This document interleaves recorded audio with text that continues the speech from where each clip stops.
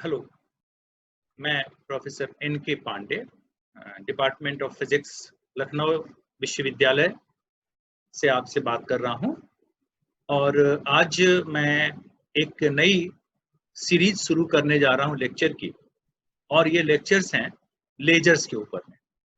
Ledgers यानी light amplification by stimulated emission of radiation. तो आज के पहले लेक्चर में मैं आपका स्वागत करता हूं और अब हम इस लेक्चर को शुरू करते हैं। नाउ, किसी भी लेजर में मुख्यतः 3 कंपोनेंट्स होते हैं। There are 3 components of a laser और वो 3 कंपोनेंट्स में हैं, पहला है एक एम्प्लीफाइंग मीडियम का होना बहुत जरूरी है। यानी किसी भी लेजर के ऑपरेशन के लिए लेजर हमें मिले, लेजर लाइट, इसके लिए बहुत आवश्यक है कि एक एम्प्लीफाइंग मीडियम होना चाहिए। किस तरह का ये लेजर एम्प्लीफाइंग मीडियम होगा? ये एक कलेक्शन ऑफ एटम्स होगा या मॉलिक्यूल्स हो सकता है या आयंस हो सकता है, जिनके थ्रू जब एक हमारा फोटोन पास करेगा या कपल ऑफ फोटॉन्स पास करेंगे तो वो वहां से एम्प्लीफाई होकर के निकलेंगे। तो पहला कंपोनेंट है एक एम्प्लीफाइंग मीडियम ना। दूसरा कंपोनेंट एक लेजर का जो इंपॉर्टेंट है वो है ऑप्टिकल रेजोनेटर। प्रायः एक ऑप्टिकल रेजोनेटर से हमारा मतलब होता है एक पेयर मिरर्स का जो एक दूसरे को फेस कर रहे हैं, और इन दोनों मिरर्स का यानी ऑप्टिकल रेजोनेटर का जो पर्पस होता है वो होता है एक ऑप्टिकल फीडबैक देना एम्पलीफायर को। यानी एक बीम एक मिरर से रिफ्लेक्ट होकर के दूसरे मिरर पर जाती है, फिर वापस वहां से रिफ्लेक्ट होकर के पहले मिरर पर आती है। अभी हम थोड़ी देर बाद बात करेंगे कि इनमें से एक मिरर की जो रिफ्लेक्टिविटी होती है वो 100% होती है और दूसरे की 100% से कम। यानी जो पार्शियली रिफ्लेक्टिंग मिरर होता है उससे लेजर लाइट हमको बाहर की तरफ कपल होकर के मिलता है। तीसरा जो कंपोनेंट है एक लेजर का वो है एक ऑप्टिकल। प्रायः ऐसा होता है कि सारे के सारे जो एटम्स होते हैं, मॉलिक्यूल्स या आयंस होते हैं, वो सभी के सभी ग्राउंड स्टेट में होते हैं और हमें एक लेजर एक्शन के लिए ज्यादा संख्या में एटम्स या मॉलिक्यूल्स या आयन हमको अपर एनर्जी लेवल पर चाहिए। ये नॉर्मली नहीं होगा। जब ये अपर लेवल लेजर लेवल में होंगे तो हम कहेंगे कि पॉपुलेशन इन्वर्जन किया गया। नॉर्मल पॉपुलेशन का मतलब नीचे वाले एनर्जी लेवल में ज्यादा एटम्स या मॉलिक्यूल्स होंगे, और इसलिए पॉपुलेशन इन्वर्जन का मतलब है ऊपर वाले लेवल में ज्यादा से ज्यादा एटम्स को या मॉलिक्यूल्स को भेजना। तो नीचे से ऊपर तक यानी लोअर एनर्जी लेवल से हायर एनर्जी लेवल्स तक एटम्स, मॉलिक्यूल्स या आयंस को हम लोग भेजते हैं, तो इसके लिए एक ऑप्टिकल पंप की जरूरत होती है। ये सोर्स ऑफ एनर्जी होता है जो कि स्टेट ऑफ पॉपुलेशन इन्वर्जन को मेंटेन करता है। नाउ, एक लेजर को हम लोग देखें किस तरह का दिखता है, तो ये हमारा पिक्चर है एक लेजर का। ध्यान से देखा जाए तो यहाँ नंबर 1 जो आप देख रहे हैं ये गेन मीडियम या एम्प्लीफाइंग मीडियम है, जो मैंने अभी अभी आपको बताया। ये एटम हो सकते हैं, ये मॉलिक्यूल्स हो सकते हैं, ये आयंस हो सकते हैं। दूसरा है लेजर को पंप करने के लिए जो हम बाहर से एनर्जी देते हैं, इसके बारे में हम लोग बाद में डिटेल्स में डिस्कस करेंगे। वो हम लोग पंप करके अंदर के जो लेवल्स हैं एनर्जी के, लोअर लेवल से ऊपर के लेवल पर हम लोग एटम्स को पंप करते हैं। तीसरा होता है एक हाई रिफ्लेक्टर, यानी एक मिरर ये है 100% रिफ्लेक्टिंग है, और दूसरा आउटपुट कपलर का ये मिरर है जो 100% से कम होता है रिफ्लेक्टिंग। इसलिए यहां से पांचवा, जैसे हमने कहा लेजर बीम, यहां से लेजर बीम बाहर निकलती है। बेसिक आइडिया क्या है? एटम्स को इस मीडियम में हायर एनर्जी लेवल पर भेजा गया और एक हम लोग स्टिमुलस या प्रेरणा कह लीजिए या इंस्पिरेशन के लिए कुछ फोटॉन्स को हम लोग इसमें भेजते हैं एम्प्लीफाइंग मीडियम से। इस फोटोन की एनर्जी वही होती है जो लोअर एनर्जी लेवल और हायर एनर्जी लेवल के बीच का एनर्जी डिफरेंस के कारण जो फ्रीक्वेंसी निकल के आएगी, यानी E2 - E1 upon H cross is equal to omega. तो ये जो हमारा फ्रीक्वेंसी जो ओमेगा है, इतने ही फ्रीक्वेंसी का हम लोग स्टिमुलस भेजते हैं इस एम्प्लीफाइंग मीडियम में फोटोन के रूप में। तो ये फोटोन हायर एनर्जी लेवल के एटम्स को या आयंस को इंस्पायर करता है, उनको स्टिमुलेट करता है, उनको प्रेरित करता है कि वो लोअर एनर्जी लेवल पर आए। और जब ये एटम्स या आयंस या मॉलिक्यूल्स हायर एनर्जी लेवल से लोअर एनर्जी लेवल पर आते हैं तो ये फोटॉन्स एमिट करते हैं, और इन फोटॉन्स का फेज वही होता है जो इनकमिंग जो फोटोन हमने भेजा है स्टिमुली के रूप में या इंस्पिरेशन के रूप में या प्रेरणा के रूप में, इन फोटॉन्स का वही फ्रीक्वेंसी होती है जो इनकमिंग फोटोन की होती है। और इसलिए सारे के सारे फोटॉन्स चूंकि सेम फेज में होते हैं, सेम स्टेट ऑफ पोलराइजेशन में होते हैं, तो सबकी एनर्जी ऐड होकर के और फिर हमें इसके बीच में लेजर जो हमारा बीम है उसका बाउंस बैक होता है टू एंड फ्रो, और पार्शली सिल्वर्ड होने के कारण यहाँ से उसका एक पोर्शन बाहर निकलता है एक लेजर के रूप में। ये बेसिक तरीका है जिसको हम और भी आगे देखेंगे डिटेल्स। ये एक लेबोरेटरी सेटअप हमने यूं ही दिखाया है ताकि समझ में आए कि लेजर का क्या इस्तेमाल, कितना फोकस्ड बीम होता है। यहाँ लेजर का ट्यूब आप देख रहे हैं और लेजर को यहाँ से कॉलिमेट करके सीधा भेजा गया इस ट्यूब में, जो भी एक्सपेरिमेंट करना है वो किया जाता है।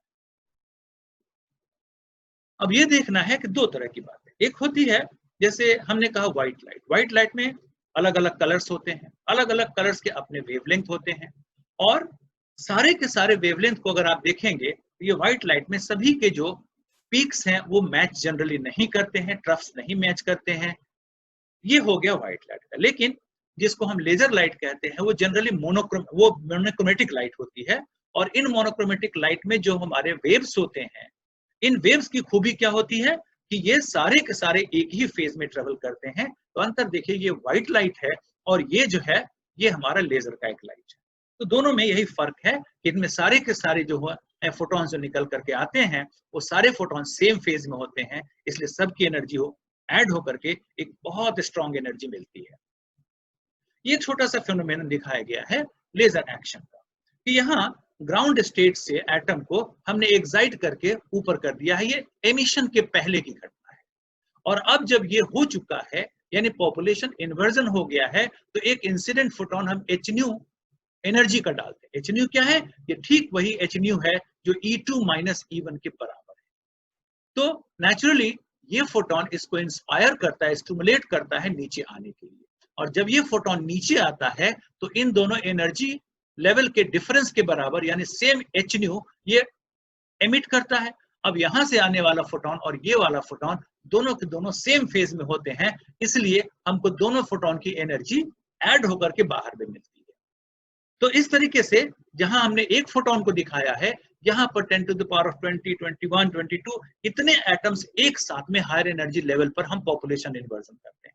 अब वो सारे एटम्स जब एक साथ नीचे आते हैं स्टिमुलस के कारण, तो वो सारे के सारे फोटॉन्स की एनर्जी एक साथ में ऐड होती है, क्योंकि सभी सेम फोटोन में होते हैं।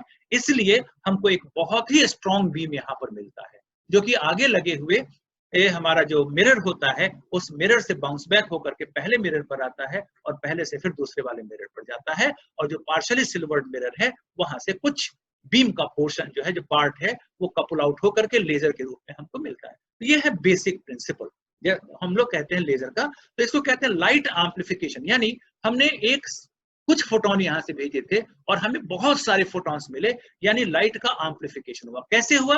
Bye stimulated emission. ये यहाँ से नीचे स्टिमुलेटेड एमिशन से हुआ। तो light amplification by stimulated emission of radiation, ये लाइट का फुल फॉर्म होता है। वैसे एक बात बता दें कि अप्रोप्रिएट तो यहाँ पर है इसको कहना, क्योंकि लाइट बाउंस बैक करता रहता है टू एंड फ्रो दोनों मिरर के बीच में, तो ये कहना उचित होता है भाई लाइट का ऑसिलेशन हो रहा है।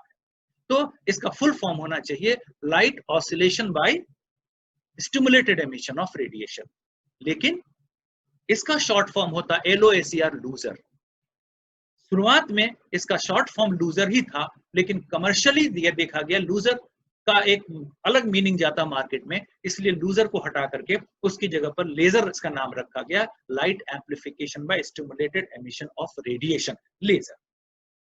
तो इस तरीके से ये बेसिक प्रिंसिपल बताता है कि किस तरह से एक लेजर लाइट हमें मिलती है। अब यही देखिए आइंस्टीन्स कोएफिशिएंट्स की अब हम बात करेंगे। ये हमारे पास है पॉपुलेशन इन्वर्जन की स्थिति थी, और उसके बाद में जब फोटोन भेजा तो मैक्सिमम फोटॉन्स नीचे की तरफ आ चुके हैं, अभी रास्ते में बाकी हैं, और इस तरीके से हमें एक एम्प्लीफाइड मिलता है। अब हम यहाँ कंसिडर करते हैं दोनों एनर्जी लेवल को। एक है E1 एनर्जी लेवल जो लोअर लेजर लेवल कहलाएगा, और E2 एनर्जी लेवल जो अपर लेजर लेवल कहलाएगा।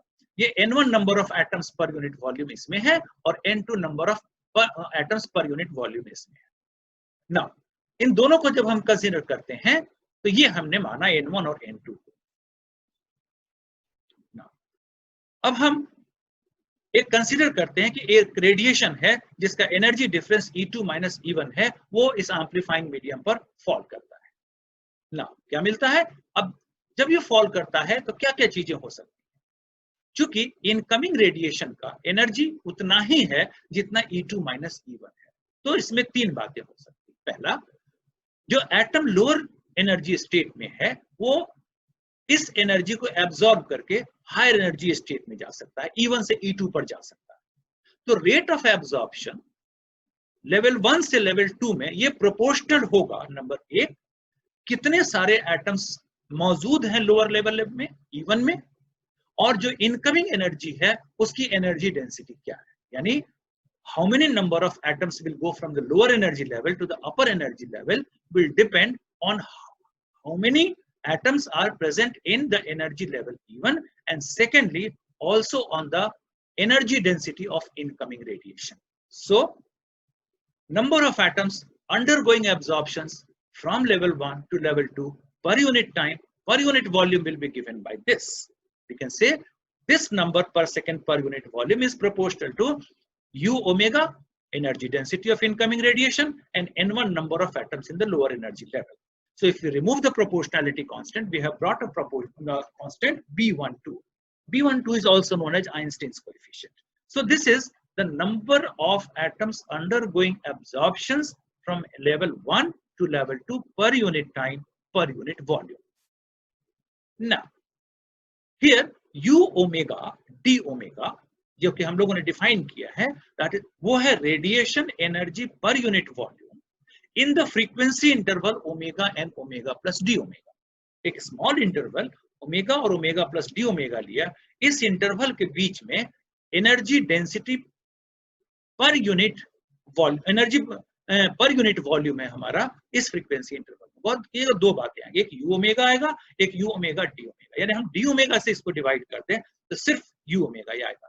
तो जब हम U या U ओमेगा लिखेंगे तो वो एनर्जी डेंसिटी कहलाएगा, U ओमेगा टी ओमेगा कहेंगे तो energy density per unit, energy density per unit frequency interval भी हम कह सकते हैं।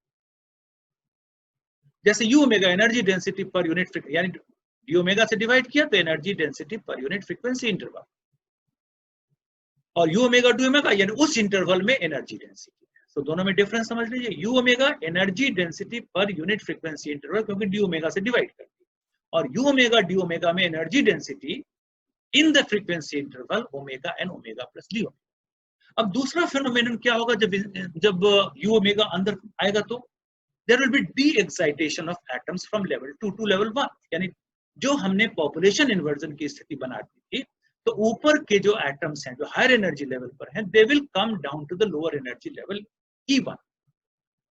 This can happen in two ways, दो तरीके से होंगे ये।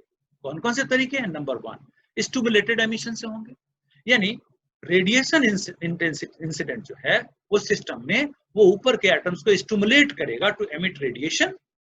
Number of transitions to the lower energy level, फिर वही बात जैसे हमने एब्जॉर्प्शन देखा।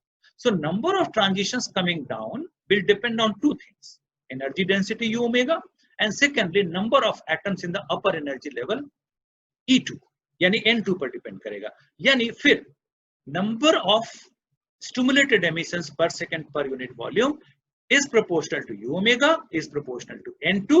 So if we have removed the constant of proportionality, we have directly written gamma 21 is equal to B21 U omega N2. B21 is again a constant of proportionality in the same way. Now, दूसरा तरीका जिससे atoms ऊपर से नीचे वाले level पर आएंगे वो है स्पॉन्टेनियस एमिशन। जैसे हमने देखा कि जो इनकमिंग फोटोन है उसकी एनर्जी अगर दोनों लेवल के एनर्जी डिफरेंस के बराबर है, यानी इनकमिंग फोटोन की frequency E2 minus E1 by H cross है, तो स्टिमुलेटेड एमिशन होगा, ठीक है, इंस्पायर्ड होकर के एमिशन होगा। लेकिन ऊपर के एटम्स यानी एक्साइटेड स्टेट में जो एटम्स या आयंस या मॉलिक्यूल्स हैं, they may all by themselves come to the ground state. उनको वो खुद ब खुद आ सकते हैं, रैंडमली आ सकते हैं, नेचुरल फेनोमेना। और जब वो ऊपर से नीचे रैंडमली आते हैं तो रैंडमली आने पर किसी से इंस्पायर नहीं होते, कोई स्टिमुलेटेड नहीं होते हैं, तो इन सभी के सभी फोटॉन्स की का जो फेज होगा तो वो रैंडम होगा, और जब रैंडम होगा तो उनकी एनर्जी आपस में एड अप नहीं होगी। सो ऊपर से नीचे आना दो तरीके से, स्टिमुलेटेड एमिशन जिसमें सारे के सारे फोटॉन्स सेम फेज में होंगे, एनर्जी एड अप हो जाएगी। दूसरा स्पॉन्टेनियस एमिशन रैंडम, जिसमें सारे के सारे फोटॉन्स के फेजेस रैंडम होंगे और their energy will not be added up, they will not be in phase. And this spontaneous emission का जो रेट है that will be proportional only to the n to number of atoms in the upper energy level, क्योंकि इससे कोई मतलब नहीं है कि इनकमिंग रेडिएशन का क्या फ्रीक्वेंसी है, क्या उसकी एनर्जी है, it has to come all by itself, ये खुद ब खुद आएगा, किसी से मतलब नहीं है। इसलिए वर्क करिएगा gamma 12 and gamma 21 were proportional to u omega, but u21, that is the rate of spontaneous emission per unit volume, is not proportional to u omega, it is only proportional to n2, and therefore u21 is equal to a21 n2। यहाँ a21 जो है वो constant of proportionality है।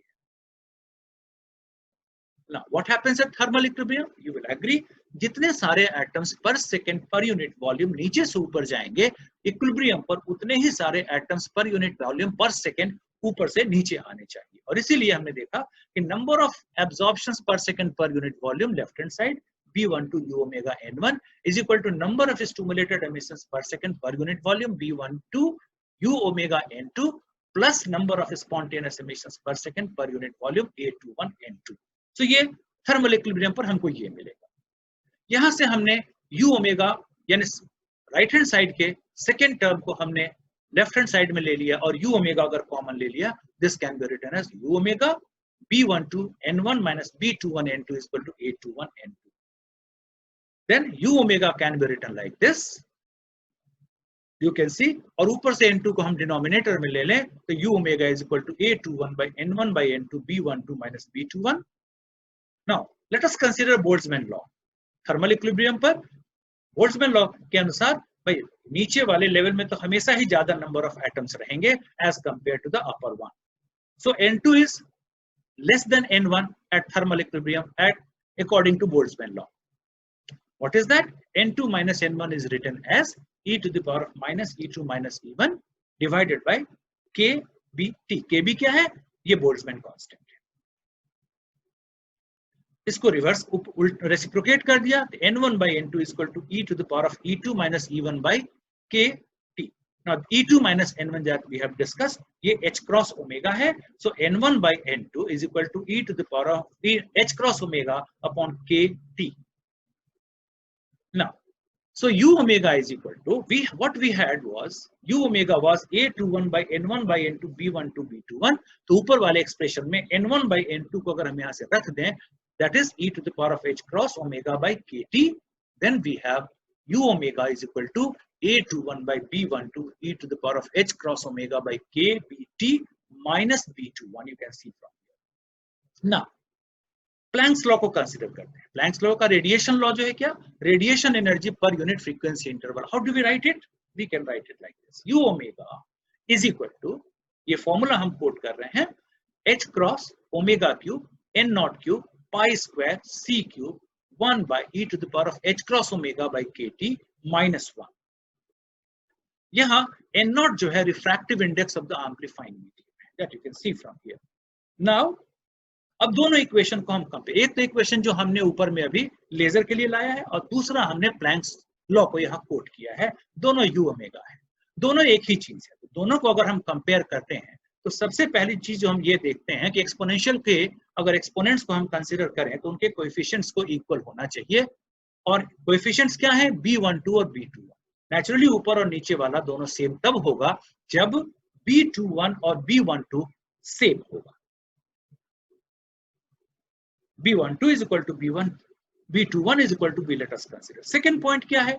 अगर दोनों same हो गए तो ऊपर वाले में रेशियो हो गया a21 by b12 और नीचे में एक्सपोनेंशियल फैक्टर ठीक सेम है, तो नेचुरली a21 by b12 का value h cross omega cube n not cube by pi square c cube हो जाएगा, जो कि हम ये देख सकते हैं,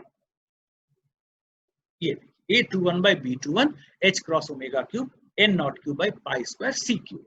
दोनों को कंपेयर, सो एक चीज आया b12 and b21 are the same. दूसरा जो स्पॉन्टेनियस एमिशन का कांस्टेंट है और जो स्टिमुलेटेड एमिशन का कांस्टेंट है, दोनों का रेशियो निकल करके आया है h cross omega cube n not cube pi square c cube. At thermal equilibrium, the ratio of the number of spontaneous to stimulated emissions is given by rate of, yani spontaneous emission per unit, rate of spontaneous emission per unit volume is A21 N2 and rate of stimulated emission per unit volume is B12 N2 U omega. तो ऊपर वाले से अगर हम ये कर लें, देख लीजिएगा ऊपर वाले एक्सप्रेशन में हमने ऊपर और नीचे सिर्फ N2 से मल्टीप्लाई, गौर करिएगा A21 by B21 हमारे पास था, तो A21 N2 by B12 N2 U omega को हमने लिखा e to the power of h cross omega kBt minus 1. यानी thus at thermal equilibrium at temperature T for frequencies अगर omega is very much greater than kT by h cross, the number of spontaneous emissions far exceeds the number of stimulated emissions. यानी in general at these temperatures, at normal temperatures आप ये देखेंगे कि rate of spontaneous emission per unit volume will always be exceeding the rate of stimulated emission per second per unit volume. So in general, at thermal equilibrium, you cannot have laser action. So for laser action, what you need is that you need to pump atoms from the lower laser level to the higher laser level, and from there you have to get the atoms or ions or molecules down to the lower level by stimulated emission, not by spontaneous emission. Only then we can have laser action. So normally no atom will give you laser action, but if population inversion is created and stimulated emission is caused to be done, then you get laser action. That is what the laser is, light amplification by stimulated emission of radiation. Thank you for your kind attention. And this is my YouTube link. Here I have uploaded some lectures on quantum mechanics, and I'm going to upload these lectures on the YouTube channel where you can subscribe over there, and you can immediately get the notification whenever some new lecture is uploaded. So thank you very much for your kind attention.